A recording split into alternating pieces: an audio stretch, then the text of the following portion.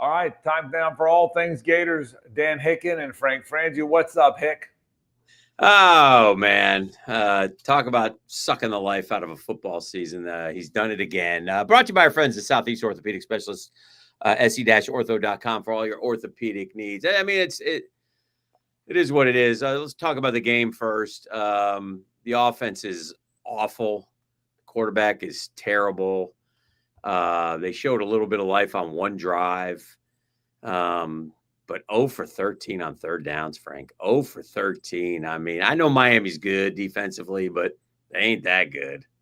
Oh, no. They had 1 first down in the first half, 7 for the game, 61 passing yards. The school where Steve Spurrier played and coached had 61 passing yards and were 0 for 13. Listen, give the defense credit. They hung in as long as they could. That's despite losing a lot of guys. Banks didn't play, and they lost Dijon Johnson during the game and all the other injuries. I really do think the defense plays hard. I think the good is they play hard. The running backs play hard, but it's a disaster. And we can just about the game itself. The bottom line is Miami's pretty good. I don't know if they're great, but I mean the reality is the Florida defense had a shutout the first game, allowed 18 points the second game. The defense allowed 13 points the third game and would have allowed 19 points this game if not for the over on downs at the 20-yard line at the end of the game. So for all practical purposes, the defense hasn't allowed anybody to get out of the teens yet, and the football team's 1-3. It's a bizarre season, and we know where it's headed. I'll tell you this. This might be the lowest point since I was in college, and it was 0-10-1. I mean, you can say what you want about Zook, Muschamp, McElwain, whoever, Mullen, but they all had moments. They didn't have losing seasons, or not that many. I guess Muschamp had one, but you know my point. This is, I mean, it's the lowest point of Florida football. He's 20-22. I mean, he's at the University of Florida with a losing record. Is it the lowest point since? To me, it's the lowest point since 1979 when I was a student there and they wrote 10-1. Do you agree or no? I agree. I mean, if you look at it in this respect, I mean, like losing to Georgia Southern was horrible. Obviously, the alleged death threats that never were. I mean, that was ridiculous. And then losing to Georgia and for McElwain, and then Mullen with the shoe thing, and what should have been a spectacularly exciting season was such a, the losing streak there at the end. But I mean, there's no hope here. There's no juice. There's no excitement. I mean, he's overmatched. I've seen the numbers. The offense is ranked in the hundreds in a lot of main categories. The regression of DJ Lagway. We can go on and on. Really, it's just a when are they going to fire him? I don't know that answer. I don't know that you gain anything now by doing it, except he deserves to be fired. And I got news for you, Frank. I got bad news for you. Bad news. Okay. I've changed my mindset. You've always been, and you're better. I'm more emotional.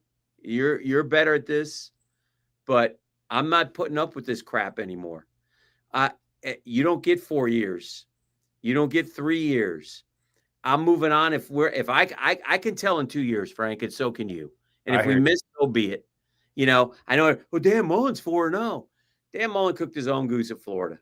He did, and he deserved to be gone. And he was 34-15. It was great. I mean, he's been the most successful guy since Herbs left. But even in this day and age, I don't need to fix things first. I need action. And we said Billy Napier better hit the portal. He didn't hit the portal. Not like he hit it like Billy Napier hits it. Not like others hit it. I got whoever the next coach is, better rally the troops, better have some money to spend, and better win right away. And there's the schedule comes out Tuesday, by the way, tomorrow, the new SEC schedule for next year. I'm sorry, Frank. Patience has run thin. Honestly, Dan, not joking. Everything you said is dead on. Honest to God, it is. I mean, we laugh and joke and emotion and all. That's Yeah. some of the fun of the podcast. But at some point, you got to get down how you really what's really right. What you said is 100% correct in this era, Yeah. Dan. You don't have 3-4 years. And let me. No. So I agree with every syllable that you just said. By the way, every Okay. syllable. And because I think the world's changed. And but also let me say this about Billy Napier. Because you know how I am. I hate firing the coach and Right. and he's a good dude and he's a culture builder. You'd love to have him as your neighbor. And I think all that's true. But he caused this. He deserves to get fired. Okay. Yeah.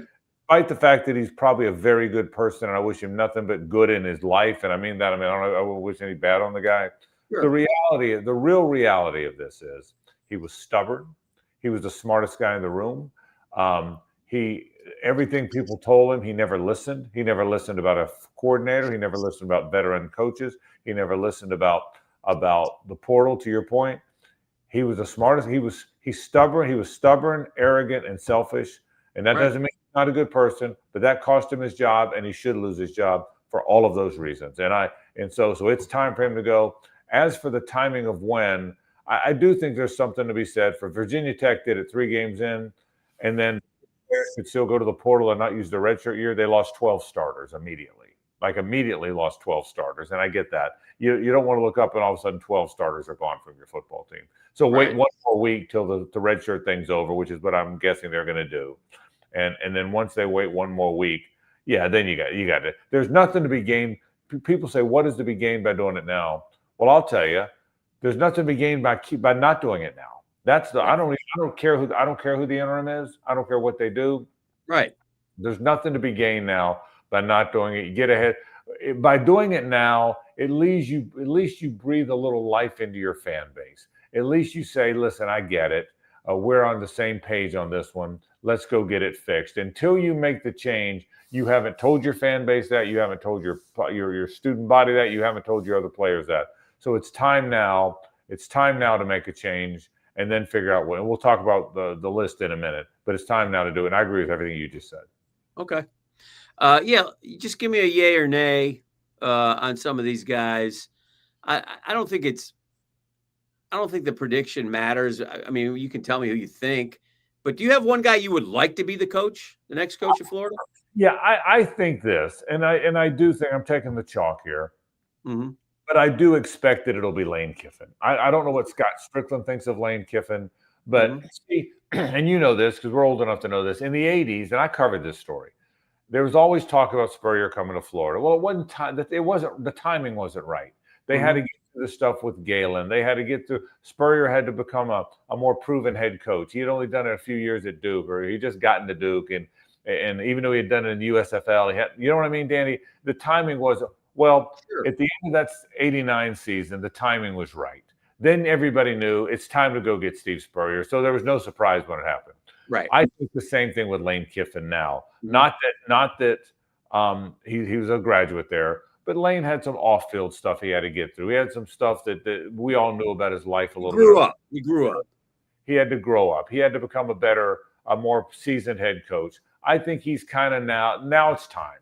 So not only do I think Kiffin's the right choice, I'd be very surprised at this point if he's not the choice. What's he going to stay at Ole Miss? He's not going to stay at Ole Miss. You know, Alabama's not calling. They're not changing a coach for a while. He's in his 50s now. I think he's got his life sorted out a bit. I would be very surprised right now, I'd be surprised if Lane Kiffin is not the next coach at the University of Florida. I'll go through some other names, but I'd be surprised if Lane Kiffin is not the next coach at the University of Florida. I know I'm taking the chalk there. What do you think? Yeah. The only thing I would question about Lane Kiffin is, I know he lost his parents.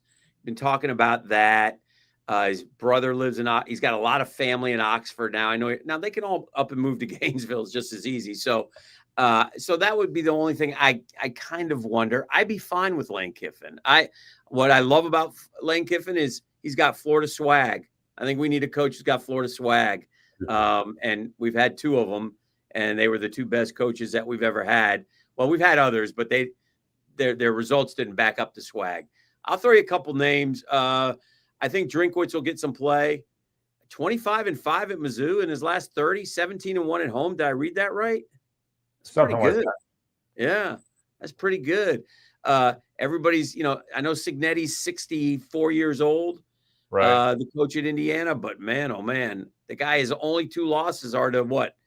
Teams that played for the Natty last year, I think. So pretty impressive stuff there. I think he's like 14 or 15-2. So there's another name that you got to consider.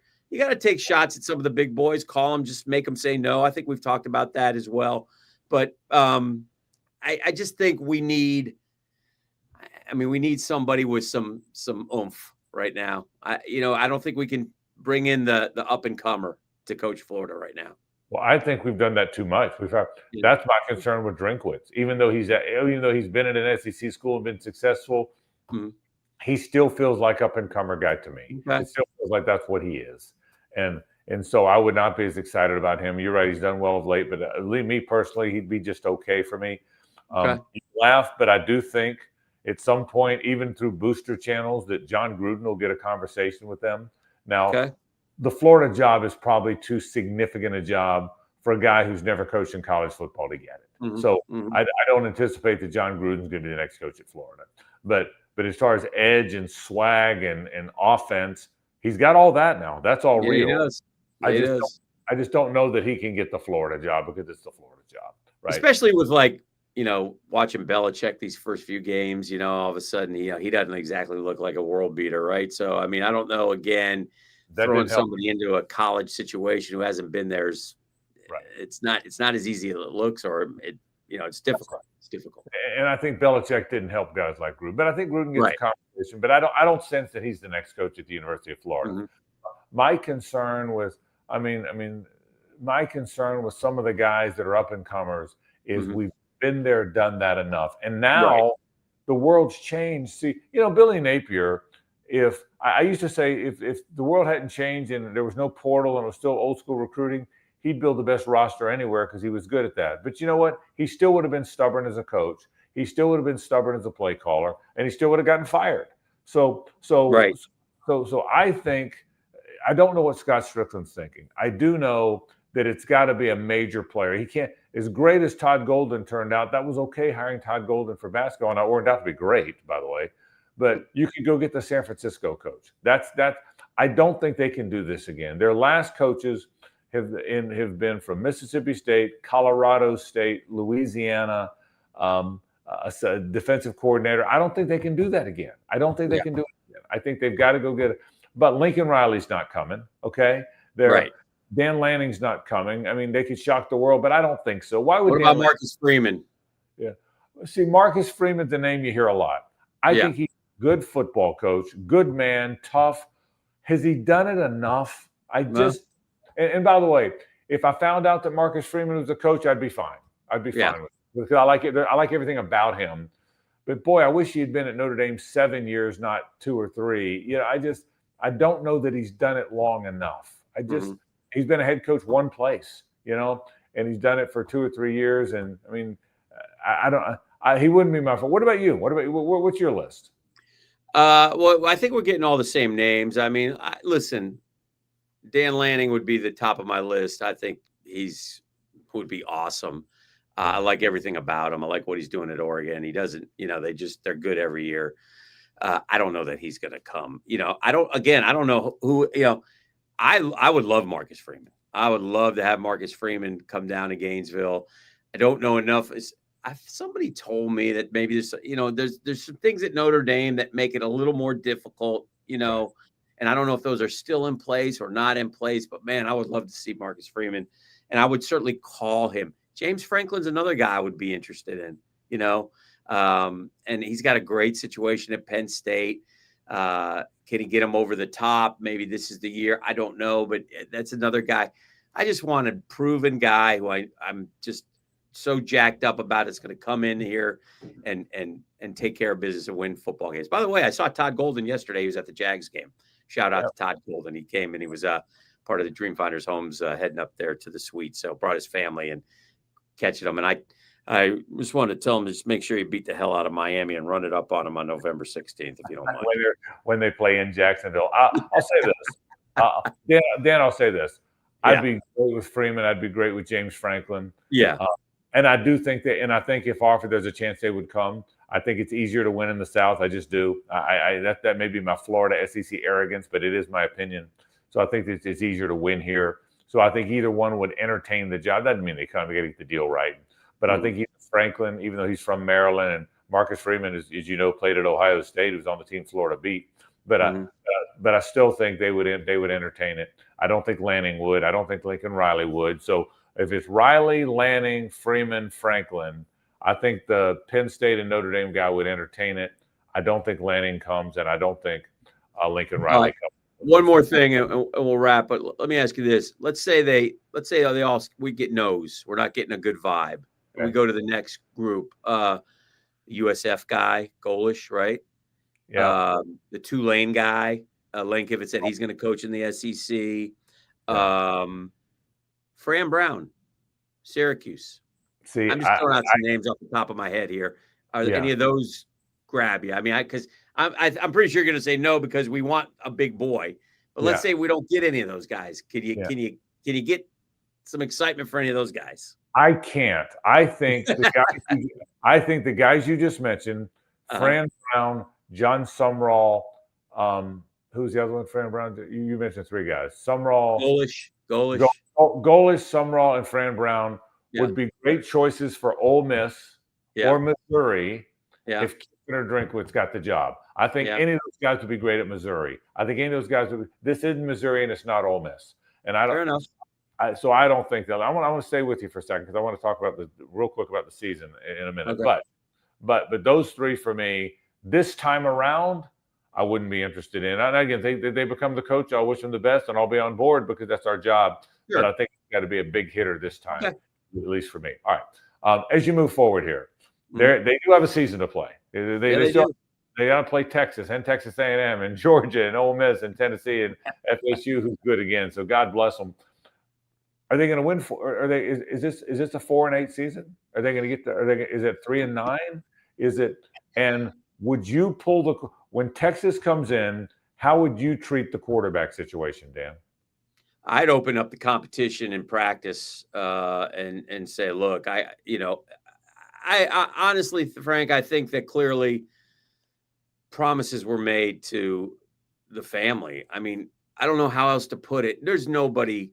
If you're coaching a team and your quarterback's playing that poorly, you're even if you sit them for 2 series or so, you're going to sit them. So something's going on there that's deeper than we don't know. I mean, it has to be because even, by this game, he should have been sitting against the Canes after the first half that he had.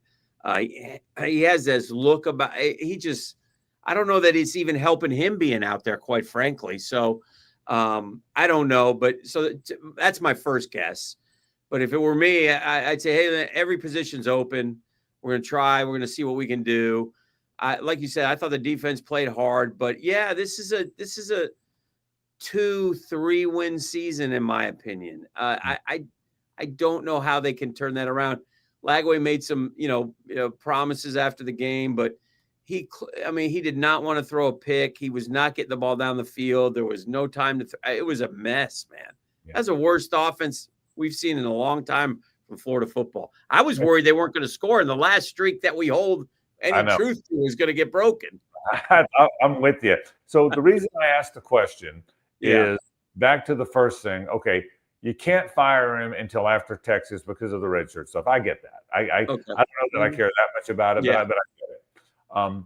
I think at least after that, if you make a change here, if I'm Scott Strickland, before I put somebody in charge, whether it's Billy Gonzalez or the guy that just got suspended or whoever it is, before I put anybody, Ron Robert, I don't know who I say, what are you going to do on offense? If it's the same offense and you're not changing it at all and you're going to play the same quarter, then I'm not giving you the interim job. You're not getting it. Right? You're not getting that interim job until I know what you're going to do about offense. And you're going to have to look me in the eye and get on a whiteboard and show me what you're doing on offense.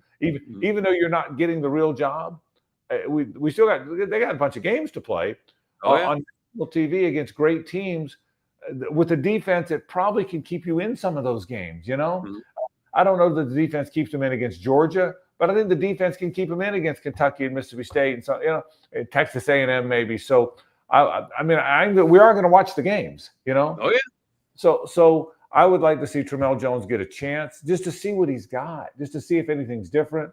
And then the interim, and your point's a great point about the promises being made. I hadn't thought about it till you just said it. Has to be. The interim coach didn't make any promises. Okay. No.